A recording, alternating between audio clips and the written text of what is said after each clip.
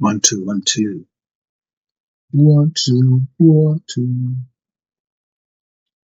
Kaziwai hama zvakare, nhasi uno tiri kuenda pana Jobho 24 pane musoro wokuti Jobho haanzwisise kuti vatadzi vanoregereiko kurobwa. Tichitarisa mumavhesi 13 kusvikira pana 17 hatisi kuzoverenga yose, asi zvakanaka sei kuti munge muchikwanisa kuzviverengera.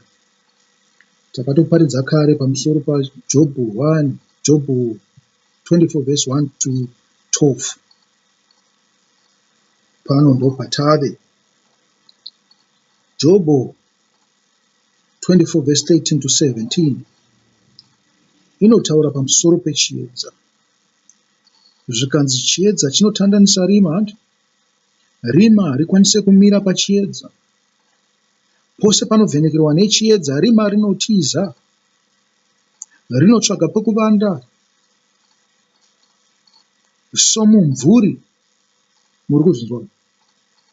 Zvikanzi ndizvo zvakaita vanhu vouipi.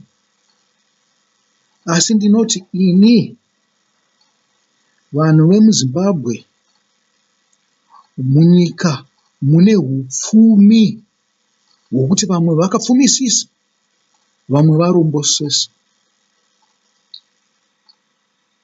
Vamwe vakanyanya kupfuma, vamwe vane hurombo hunopisisa tsitsi. Kunowanikwa vanhu vakufunga kuti nzira yokupona nayo imwe chete. Nzira yokupfuma ndiyo yokutambanudzira kune zvakaipa, kutambanudzira maoko enyu kune zvakaipa. Nzira yokupfuma ndiyo yokukopa ava vanazvo, vanoita neuroyi hwavo, vanoita nechizivano chavo, vanoita neurombwa hwavo, vanoita neuroyi hwavo. Saka iwe ungaende kune vakapfuma wakandomubvunza kuti iwe wakapfuma sei? Zvichida kana asinganyatsi kuziva angambokuva nzira. Asi kana mawirirana achazokuudza kuti unodai unodai. Zvisinei, zvourombwa izvi zvazara munyika. Kuti handifunge pane munhu anotya kukutaurira kuti urombe iwe. Nokuti vamwe vanozviti vaprofita, idzo n'anga idzi dzatiri kuona mazuva ano, dzinenge dzichitotaura zvourombwa. Urombwa huna kutanga manje manje, hwakagara hurimo kurudzi rwedu rwavatema, nyangwe kurudzi rwavachena zvakangogara zviripo izvi kubva pana Adhamu naEvha. Urombwa haushaikwe, uroyi haushaikwe. Nokuti pose pane pfini, pose pane godo, pose pane ruchiva, pose pane undyira, pangashayikwe uroyi nourombwa. Nokuti pose pane uipi. Naizvozvo tinonzwa vhesi 18 ichiti ndivo vanovenga chiedza vanavo. Havazivi nzira dzacho. Nzira dzacho dziri kutaurwa padziri kunzi inzira dzaMwari, dzoumambo hwaMwari. Havarambe vachifamba pamakwara acho echiedza. Muurayi unomuka kana koedza, unouraya murombo nounoshayiwa. Usiku hwakafanana nomubi. Ziso remhombwevo rinomirira rubvunza vaeni, achiti hakune ziso richandiona. Ndokufukidza chiso chake. Usiku vanopaza dzimba, masikati vanozvipfigira. Havazivi chiedza, nokuti mangwanani akaita serima guru kwavari vose, nokuti vanoziva kutyisa kwerima guru. Amen.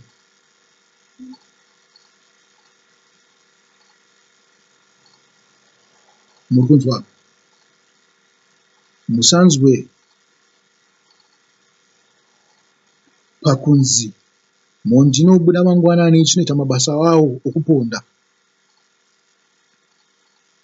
Zvinhu izvi anenge azvironga usiku. chiri kunzi anonoponda masikati ndechekuti nyika inenge yazara nehuipi sezvayakaita yedu. Naizvozvo muchiona kupondana kusisina zvakunoreva, upenyu hauchakosheswa. Kana huipi hwatekeshera, zvinhu zvakadaro izvi zvohuipi izvi zvinopfumbira. Zvinhu zvataiti hazvionekwe masikati zvinenge zvakuonekwa masikati. Izvo zvinenge zvatotitaurira kuti society yedu iri pedyo nokuparadzwa naMwari.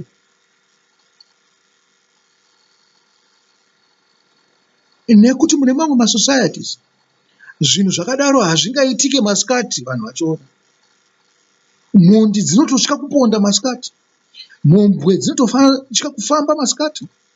Muri kuzvinzwa? Vanoita zvakaipa vanoita sevanovanda mumapako kana kwachena.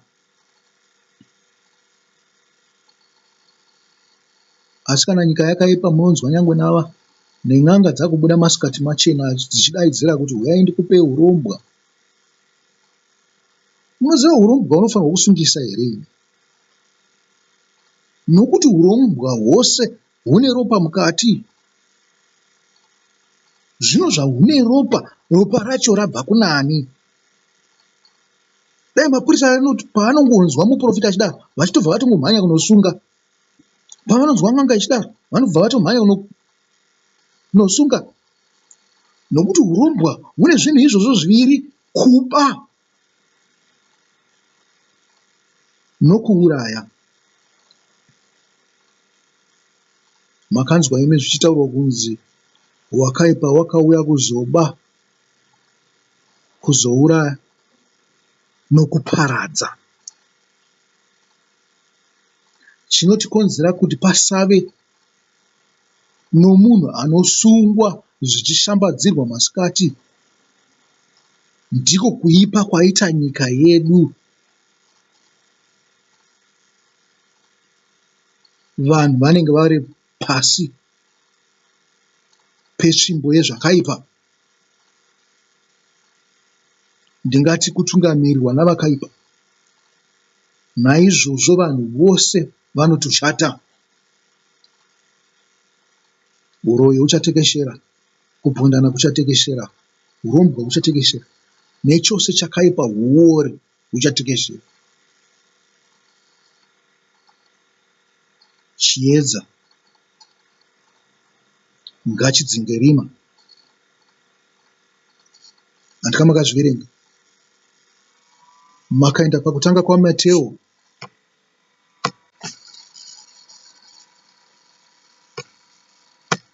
makaenda pana Mateo 5, mukaenda pana Mateo 5 panotaurwa pamusoro pemunyu nechiedza kubva vhesi 18 kusvika kuvhesi 16, panotaura pachiti imi muri munyu wenyika, asi kana munyu usisa vavi ungavaviswe nei? Hauchabatsiri chinhu kunze kwokuti uraswe ugotsikwa zvawo navanhu. Imi muri chiedza chenyika. Guta riri pamusoro pegomo haringavanziki, uye vanhu havangatungidzi mwenje vagouisa pasi pedengu, asi kutoti vanouisa pachigadziko kuti uvhenekere vose vari mumba. Nenzira imwe cheteyo chiedza chenyu ngachivhenekere pamberi pavanhu kuti vaone mabasa enyu akanaka, vagokudza Baba venyu vari kudenga. Amen. Chiedza chevhangeri munyika yedu hachichavheneka zvakanaka. Pangava nezvikonzero zviviri. Vanhu vane vhangeri rechokwadi, vaparidzi vevhangeri rechokwadi vashoma, zvivi zvakawanda, vaiti vezvakaipa vazhinji. Kwaliti yevhangeri irikuparidzwa yakadurungunda. Muri kuzvinzwa? Zvingareva kuti vanhu havachangoda kungoteerera zvinhu zvavanogara vachiparidzirwa, ndizvo zvavanongoparidzirwa misi yose, kubva vachizvarwa kusvikira vaenda kunofa, zvichireva kuti tiri kushayiwa uchenjeri kubva kuna Mwari, tiri kushayiwa zivo kubva kuna Mwari. Hatichina vhangeri richapandutsa vanhu. Asi ko vhangeri rakamboitirwa munhu wose here? Kwete. Pane vamwe vakatotarirwa kunoparadzwa. pane vamwewo vachaponeswa. Nyangwe zvakaipa kudai izvi, nyangwe huipi hwatekeshera, pane mumwe ari kutsvaga kuti ndononzwa vhangeri kupi, ari kugara mukati merima iroro. Akangopawana chete panomugutsa ipapo, habvepo. Munhu iyeye watoguma kuna Mwari. Asi tiri kutoonao vamwe vakatozara mumakereke, vakangozarawo zvavo kuti vangodziisa mabhenji, vachingopedza chete vakunotambanudzira maoko avo kune zvinhu zvakaipa, vadzokera kunyika. Kana vamwe vachitaura,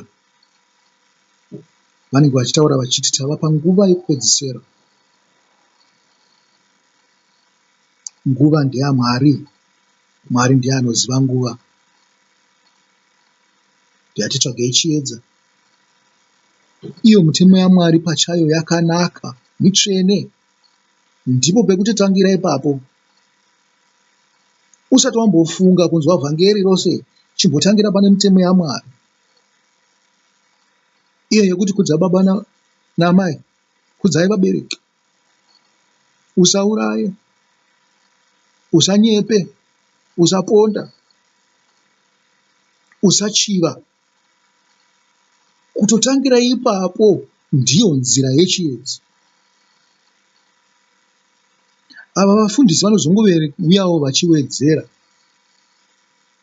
Asi regedzai nditi, dzimwe nguva chiedza chako hachiwedzerwi navafundisi, hachipuhwe navafundisi.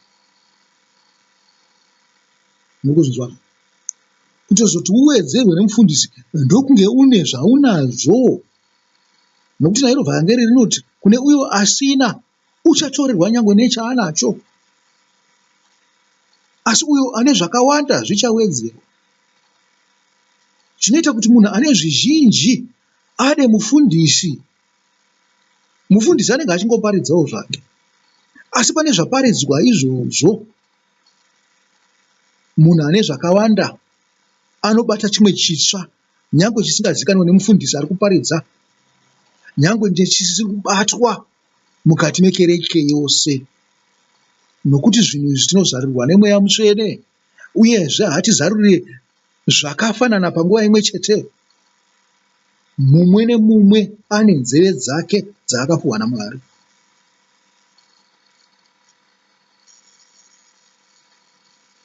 Isusu tinofanirwa kushandira ruponeso rwedu.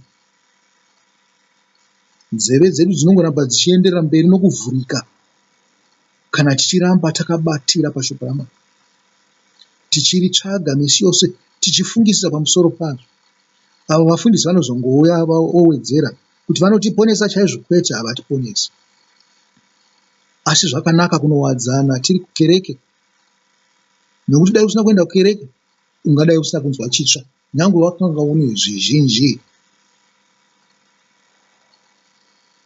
Watoenda kunotora kuti uwedzere chi? Pafuma yako.